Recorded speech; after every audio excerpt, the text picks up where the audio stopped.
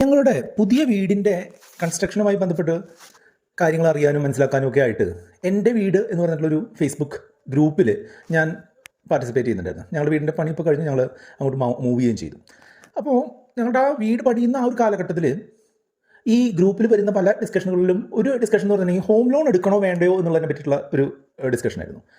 അപ്പോൾ മിക്കവാറും ഒരു 90% കമൻറ്റുകളും കണ്ടിട്ടുള്ളത് എങ്ങനെയാണെന്ന് വെച്ചാൽ പറ്റുമെങ്കിൽ ഹോം ലോൺ എടുക്കാതെ വീട് പണിയുക, അല്ലെങ്കിൽ വേഗം തിരിച്ചടയ്ക്കുക എന്നുള്ള ഒരു രീതിയിലുള്ള കമൻറ്റുകളാണ് ആ ഗ്രൂപ്പിൽ അത്തരം പോസ്റ്റുകൾക്ക് കിട്ടിക്കൊണ്ടിരുന്നത്. സാധാരണ കാണുന്നൊരു ഉപദേശമാണ് അല്ലേ അത്. ഇപ്പോൾ ഫേസ്ബുക്ക് ഗ്രൂപ്പിൽ മാത്രമല്ല പലയിടത്തും നിങ്ങൾക്ക് അറിയാവുന്ന പലരും തരുന്ന ഉപദേശമാണ്. പക്ഷേ ഇപ്പോഴത്തെ പുതിയൊരു സിറ്റുവേഷനിൽ ഏതാണ് ശരിയായിട്ടുള്ള രീതി? നമ്മളൊരു ഹോം ലോൺ എടുക്കണോ, എടുത്തത് പെട്ടെന്ന് തിരിച്ചടയ്ക്കണോ, അതോ സമയത്തിനനുസരിച്ച് തിരിച്ചടയ്ക്കുന്നതാണോ നല്ലത് എന്നുള്ള കാര്യത്തിനെ പറ്റിയിട്ട് ഒരു ഡയറക്ഷനാണ് ഈ വീഡിയോയിലൂടെ തരാൻ ഉദ്ദേശിക്കുന്നത്. അതിന് മുമ്പായിട്ട് ഞാൻ ചോദിച്ചോട്ടെ, നിങ്ങളുടെ ഒരു അഭിപ്രായത്തിൽ ഹോം ലോൺ എടുക്കാതെ വീട് പണിയുന്നതാണോ, എടുത്താൽ തന്നെ വേഗം തിരിച്ചടക്കുന്നതാണോ, അല്ല സമയബന്ധിതമായിട്ട് തിരിച്ചടക്കുന്നതാണോ നല്ലത് എന്നൊന്ന് കമൻറ്റ് ചെയ്തോളൂ.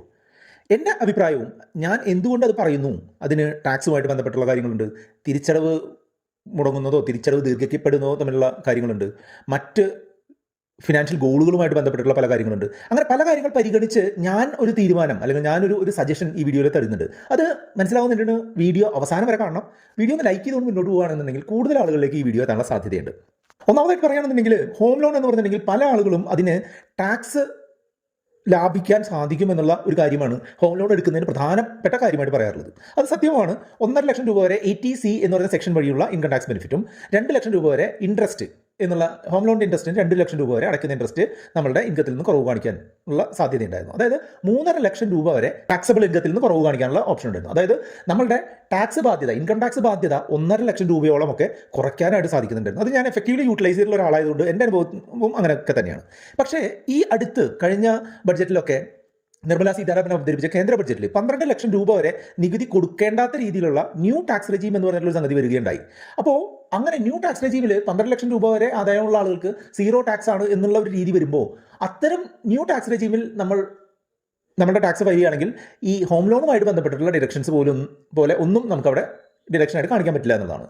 അതായത് ഹോം ലോൺ ഉണ്ടായാലും ലഭിക്കുന്ന ടാക്സ് ഇളവ് നമുക്ക് ഹോം ലോൺ ഇല്ലെങ്കിലും ലഭിക്കുന്ന ഒരു സിറ്റുവേഷനാണ് ചെറിയ ഇൻകമുള്ള ആളുകൾക്ക് ഇപ്പോൾ സംഭവിച്ചുകൊണ്ടിരിക്കുന്നത്. അതായത് 12 ലക്ഷം രൂപ വരെ വരുമാനമുള്ള ആൾ എന്ന് പറഞ്ഞിട്ടുണ്ടെങ്കിൽ 1 ലക്ഷത്തിന് മേളിലൊക്കെ ഒരു മാസം ശമ്പളം കിട്ടുന്ന ഒരാൾക്ക് ടാക്സ് കൊടുക്കേണ്ട എന്നുള്ളതാണ് ഇപ്പോഴത്തെ അവസ്ഥ. അപ്പോൾ അങ്ങനെയുള്ള ആൾക്ക് മുൻപ് ഹോം ലോൺ ഉണ്ടായിട്ടാണ് അങ്ങനെ ടാക്സ് കൊടുക്കേണ്ടത് അല്ലെങ്കിൽ ടാക്സ് കുറയ്ക്കുന്ന സിറ്റുവേഷൻ ഉണ്ടായിരുന്നു. ഇപ്പോൾ അതില്ലാതെ തന്നെ അത് നടക്കും എന്നുള്ളത് ഒരു ചേഞ്ചാണ്. അപ്പോൾ നമ്മളിൽ ഒരു 95% ആളുകൾക്കും ഈ ഹോം ലോൺ ടാക്സ് സേവ് ചെയ്യുന്ന പർപ്പസിനായിട്ട് എടുക്കുന്നത് അത്ര നല്ല കാര്യമായിട്ട് ഇപ്പോഴത്തെ അവസ്ഥയിൽ കാണുന്നില്ല. അപ്പോൾ നമ്മുടെ കയ്യിൽ പൈസ ഉണ്ടായിട്ടും ടാക്സ് ഇളവ് കിട്ടുമല്ലോ എന്ന് ഉദ്ദേശിച്ച് ഹോം ലോൺ എടുക്കുന്ന ആളുകൾ ഇനി അത്തരം കാര്യങ്ങളിൽ മുന്നോട്ട് പോകാതിരിക്കുകയാണ് നല്ലത്. ഹോം ലോൺ എന്ന് പറഞ്ഞിട്ടുണ്ടെങ്കിൽ ഒരു ലോങ് ടേം ലോണാണ്, ദീർഘകാല ബാധ്യതയാണ്. അതുകൊണ്ട് തന്നെ നമ്മൾ എടുക്കുന്ന തുകയുടെ ഇരട്ടിയുടെ ഇരട്ടിയോ ഒക്കെ ആയിരിക്കും നമ്മൾ തിരിച്ചടയ്ക്കേണ്ടി വരും. ഉദാഹരണമായിട്ട് പറയുകയാണെന്നുണ്ടെങ്കിൽ 30 ലക്ഷം രൂപ 8% നിരക്കിൽ ഉള്ള ഒരു ഹോം ലോൺ നമ്മൾ 30 വർഷത്തേക്ക് എടുത്തു എന്ന് കരുതുക. നമ്മൾ ടോട്ടൽ അടയ്ക്കുന്ന തുക എന്ന് പറയുന്നെങ്കിൽ 80 ലക്ഷത്തിന് മേളിലാണ്. അതായത് നമ്മൾ അടയ്ക്കുന്ന പലിശ തന്നെ 50 ലക്ഷത്തിന് മേളിലാണ്. അതായത് നമ്മളുടെ മുതലിൻ്റെ ഇരട്ടിയോളമാണ് നമ്മൾ പലിശ അടയ്ക്കുന്നത് എന്നുള്ളതാണ്. വലിയൊരു ഇൻട്രസ്റ്റ് നമ്മുടെ കയ്യിൽ നിന്ന് പോകുന്നുണ്ട്. അതെന്തുകൊണ്ടാണ്? നമ്മൾ കൂടുതൽ കാലത്തേക്ക് ഇത് എക്സ്റ്റെൻഡ് ചെയ്യുന്നത് കൊണ്ടാണ്. അതുമാത്രമല്ല ഹോം ലോണിൻ്റെ ഇൻട്രസ്റ്റ് റേറ്റ് വർദ്ധിക്കുകയാണ് എന്നുണ്ടെങ്കിൽ ഇപ്പോൾ 8% എന്നുള്ളത് 9% അല്ലെങ്കിൽ 10% ഒക്കെ ആയിട്ട് വർദ്ധിച്ചു കഴിഞ്ഞിട്ടുണ്ടെങ്കിൽ സാധാരണഗതിയിൽ സംഭവിക്കുക എന്താണെന്ന് വെച്ചാൽ ഈ 30 വർഷത്തെ കാലയളവ് നമ്മൾ അറിയാതെ തന്നെ ബാങ്ക് 40, 42, 45 വർഷമൊക്കെ ആയിട്ട് വർദ്ധിപ്പിക്കും. അതായത് ഒരു ജീവിതകാലം മുഴുവനും ലോൺ അടച്ചാലും നമ്മളുടെ വീട് നമുക്ക് സ്വന്തമാകാത്ത പോലെയുള്ള ഒരു സിറ്റുവേഷൻ മിക്കവാറും ലോങ് ടേം ഹോം ലോണുകൾ എടുക്കുന്ന ആളുകൾക്ക് വരാനുള്ള സാധ്യതയുണ്ട്. അതുകൊണ്ട് തന്നെ സാധാരണ ഒരു ആൾക്കാരൊക്കെ അല്ലെങ്കിൽ ഈ കടം കൺട്രോളിൽ നിർത്താൻ സാധിക്കാത്ത ആളുകളൊക്കെ പരമാവധി ലോണുകൾ മുൻകൂറായിട്ട് ക്ലോസ് ചെയ്യുന്ന തരത്തിലുള്ള ഒരു ഗോളും കൂടെ നമ്മുടെ കയ്യിൽ വെക്കുന്നത് നന്നായിരിക്കും. അതായത് നമ്മളുടെ ഹോം ലോൺ നമ്മൾക്ക് മുൻകൂറായിട്ട് ക്ലോസ് ചെയ്യുന്നതിനായിട്ട് നമ്മുടെ കയ്യിൽ അഡീഷണൽ ആയിട്ട് വരുന്ന തുക, ഉദാഹരണമായിട്ട് ബോണസ് ആയിട്ട് കിട്ടുന്ന തുകയോ അല്ലെങ്കിൽ മറ്റെന്തെങ്കിലും ഒരു അഡീഷണൽ ഇൻകം വഴി കിട്ടുന്ന തുകയോ ഒക്കെ നമുക്ക് പാർട്ട് പേയ്മെൻറ്റ് എന്നുള്ള രീതിയിൽ ഹോം ലോൺ തിരിച്ചടയ്ക്കുന്നതിനായിട്ട് ഉപയോഗിക്കാം. അതുപോലെ നമുക്ക് ഓരോ മാസവും അഡീഷണൽ ആയിട്ട് നമ്മുടെ കയ്യിൽ വരുന്ന തുക ഹോം ലോണിലേക്ക് അടയ്ക്കാം. അതിൻ്റെ ഹോം ലോണിൻ്റെ ഇപ്പോഴത്തെ EMI എന്ന് പറഞ്ഞാൽ 30,152 രൂപയാണ്. ഞാൻ ഒരു മാസം 30,152 രൂപ അടച്ചു കഴിഞ്ഞാൽ അതിൻ്റെ EMIയിലേക്കും ബാക്കി ഞാനിപ്പോൾ ഒരു 10,000 രൂപ എൻ്റെ കയ്യിൽ കിട്ടിയത് കൊടുക്കുകയാണെന്നുണ്ടെങ്കിൽ ഈ 10,000 രൂപ നമ്മുടെ മുതലിൽ നിന്ന് കുറയ്ക്കുകയാണ് ചെയ്യുക. അത് നമ്മളുടെ ഓവറോൾ ലോണിൻ്റെ ഡ്യൂറേഷനെ നമുക്ക് കുറച്ച് കൊണ്ടുവരുന്നതിനായിട്ട് ഹെൽപ്പ് ചെയ്യും. അതുപോലെ തന്നെ നമുക്ക് ഓരോ വർഷവും 1-2 EMI കൂട്ടി അടയ്ക്കുന്ന സിറ്റുവേഷൻ ഉണ്ടാക്കാം. അങ്ങനെയൊക്കെയാണ് നമ്മൾ ഹോം ലോൺ മുൻകൂറായിട്ട് ക്ലോസ് ചെയ്യുക. തിരിച്ചടയ്ക്കാൻ ഉദ്ദേശിക്കുന്ന ആളുകൾ, അതായത് പെട്ടെന്ന് ഹോം ലോൺ തിരിച്ചടച്ച് ബാധ്യത ഒഴിവാക്കാൻ ആഗ്രഹിക്കുന്ന ആളുകൾ എപ്പോഴും ചെയ്യേണ്ടത് എന്താണെന്ന് വെച്ചാൽ ലോൺ എടുത്ത അല്ലെങ്കിൽ നമുക്ക് ലോൺ കിട്ടുന്ന അതേ സമയത്ത് തന്നെ അല്ലെങ്കിൽ അതിനെ തുടർന്ന് പെട്ടെന്ന് തന്നെ നമ്മളത് ചെയ്യാനായിട്ട് ശ്രദ്ധിക്കുക. കാരണം എന്താണെന്ന് വെച്ചാൽ നമ്മൾ ആദ്യ കാലങ്ങളിലൊക്കെ നമ്മളുടെ ലോൺ എടുത്തിട്ട് അതിൻ്റെ ആദ്യ ഒരു പകുതി വരെ നമ്മളുടെ കയ്യിൽ നിന്ന് അടയ്ക്കുന്ന തുക മിക്കവാറും പോകുന്നത് ഇതിൻ്റെ ഇൻട്രസ്റ്റിലേക്കാണ്. പോകെ പോകെയാണ് നമ്മളുടെ ഇൻട്രസ്റ്റ് തുക കുറയുകയും പ്രിൻസിപ്പൽ എമൗണ്ട് നമ്മളുടെ മുതലിലേക്ക് പൈസ അടവ് വരികയും ചെയ്യുന്നു. അതുകൊണ്ട് തന്നെ നമുക്ക് പെട്ടെന്ന് ലോൺ തീർക്കാൻ ആഗ്രഹിക്കുന്നവർ ലോൺ എടുത്തു കഴിഞ്ഞിട്ട് പെട്ടെന്ന് തന്നെ അഡീഷണൽ എമൗണ്ടുകൾ അടച്ചു കഴിഞ്ഞാൽ ലോണിൻ്റെ ഡ്യൂറേഷനും ലോണിൻ്റെ ബാധ്യതയും വളരെ സ്പീഡിൽ നമുക്ക് കുറയ്ക്കാൻ സാധിക്കുമെന്നുള്ളത്. പക്ഷേ നിങ്ങളൊരു ഡിസിപ്ലിൻഡ് ആയിട്ടുള്ള ഒരാളാണ്, നിങ്ങളൊരു ഫിനാൻഷ്യൽ ഡിസിപ്ലിൻ ആയിട്ടുള്ള ഒരാളാണ്, അതുപോലെ നിങ്ങൾക്കൊരു സ്റ്റേബിൾ ആയിട്ടുള്ള ഒരു ബിസിനസ് ഇൻകം അല്ലെങ്കിൽ സാലറി ഇൻകം ഉണ്ട് എന്നുണ്ടെങ്കിൽ ഞാൻ പറയുകയാണെന്നുണ്ടെങ്കിൽ നിങ്ങൾ ഹോം ലോൺ എന്നല്ല ഇങ്ങനെ ചെറിയ ഇൻട്രസ്റ്റിൽ കിട്ടുന്ന ലോണുകളൊന്നും തന്നെ മുൻകൂറായിട്ട് തിരിച്ചടയ്ക്കരുത് എന്നുള്ളതാണ് ഞാൻ പറയാം. നമ്മുടെ കയ്യിലുള്ള എമൗണ്ട് അഡീഷണൽ ആയിട്ട് വരുന്ന എമൗണ്ട് ഇൻവെസ്റ്റ്മെൻറ്റുകൾക്കായിട്ട് ഉപയോഗിക്കുകയാണ് വേണ്ടത്. നമ്മൾ കൃത്യമായിട്ട് EMI രീതിയിൽ ലോണുകൾ തിരിച്ചടച്ചുകൊണ്ട് മുന്നോട്ട് പോവുക, പക്ഷേ അഡീഷണൽ ആയിട്ട് വരുന്ന എമൗണ്ട് നമ്മളുടെ മറ്റുള്ള ഇൻവെസ്റ്റ്മെൻറ്റുകളിലേക്ക് മാറ്റുക. മ്യൂച്വൽ ഫണ്ടുകൾ പോലെയോ സ്റ്റോക്കുകൾ പോലെയോ ഒക്കെയുള്ള അഡീഷണൽ ആയിട്ടുള്ള ഒരു ഇൻകം കിട്ടുന്ന അല്ലെങ്കിൽ ഒരു കോർപ്പസ് ബിൽഡ് ചെയ്യാൻ പറ്റുന്ന ഒരു ഓപ്ഷനിലേക്ക് പോവുക.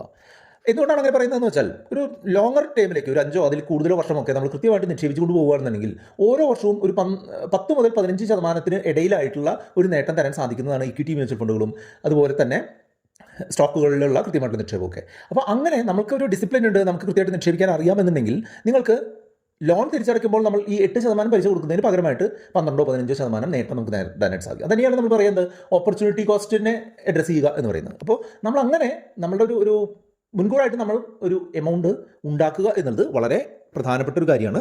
അപ്പോൾ എങ്ങനെ മ്യൂച്വൽ ഫണ്ടുകളിൽ ഇൻവെസ്റ്റ് ചെയ്യണം, സ്റ്റോക്കുകളിൽ ഇൻവെസ്റ്റ് ചെയ്യണം, ഏതിൽ ഇൻവെസ്റ്റ് ചെയ്യണം എന്നുള്ളതൊക്കെ നിങ്ങളുടെ ഏജ്, നിങ്ങളുടെ ഇൻകം പൊട്ടൻഷ്യൽ, അതുപോലെ നിങ്ങൾ എത്ര കാലം ഇനി ഇൻകം ജനറേറ്റ് ചെയ്യാൻ പോകുന്നു, നിങ്ങൾക്ക് ആരൊക്കെയുണ്ട്, നിങ്ങളുടെ മറ്റുള്ള ലക്ഷ്യങ്ങൾ എന്തൊക്കെയാണെന്നുള്ളതിനനുസരിച്ച് വ്യത്യാസപ്പെടും. അങ്ങനെ അത്രയും കാര്യങ്ങളൊക്കെ പരിഗണിച്ച് നിങ്ങൾക്കൊരു സജഷൻ തരുന്നതിനായിട്ട് നമുക്ക് നമ്മളെ ഒന്ന് വാട്സപ്പിലേക്ക് കോൺടാക്ട് ചെയ്യാം. 8840030018 ആണ് നമ്പർ.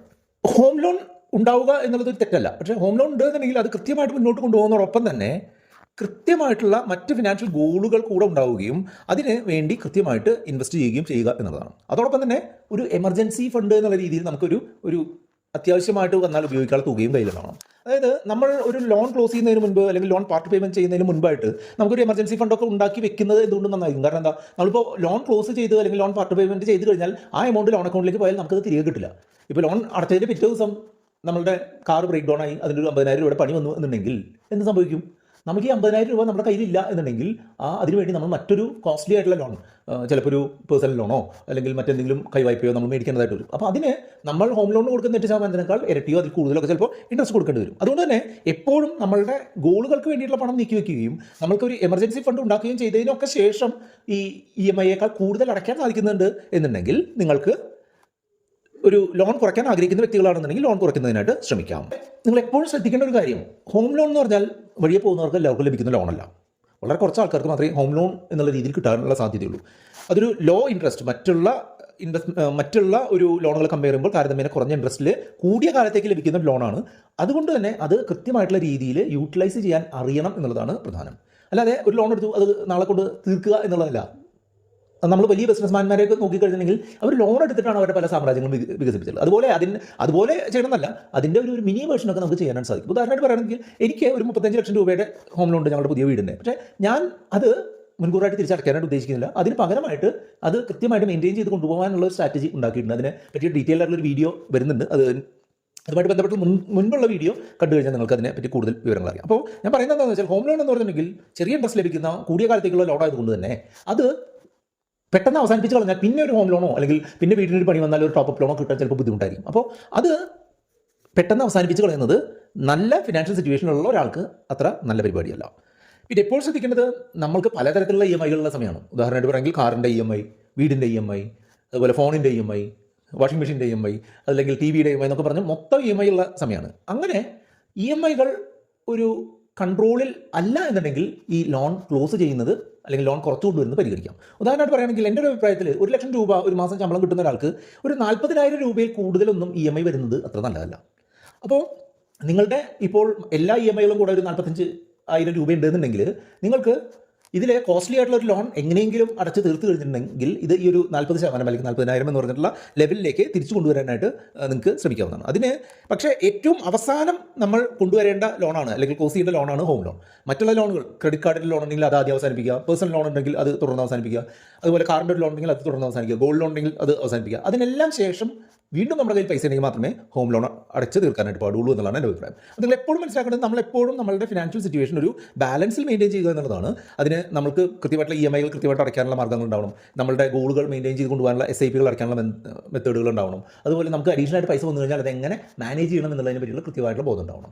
ഈ കാര്യങ്ങൾക്കൊക്കെ നിങ്ങൾക്ക് എന്തെങ്കിലും ഡയറക്ഷനോ സപ്പോർട്ട് വേണമെന്നുണ്ടെങ്കിൽ നമ്മുടെ വാട്സ്ആപ്പ് നമ്പറായിട്ടുള്ള 88480301 കോൺടാക്ട് ചെയ്യാം. ഇതുമായിട്ട് ബന്ധപ്പെട്ട 2 വീഡിയോകളാണ് ഇവിടെ കാണുന്നത്. കണ്ടുകൊണ്ട് നമുക്ക് മുന്നോട്ട് പോകാം.